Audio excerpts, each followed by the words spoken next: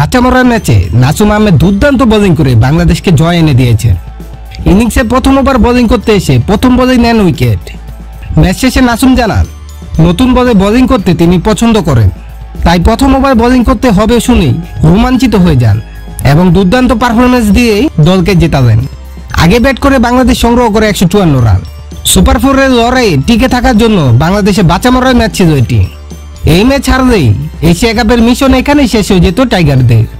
নাসুম আসেন ত্রাতা হয়ে, 4 ওভারে মাত্র 11 রান খরচ করেন তিনি, সাথে নেন 2টি গুরুত্বপূর্ণ উইকেট। এই দুর্দান্ত পারফরমেন্সে ম্যাচ সেরা হয়েছেন নাসুম আহমেদ।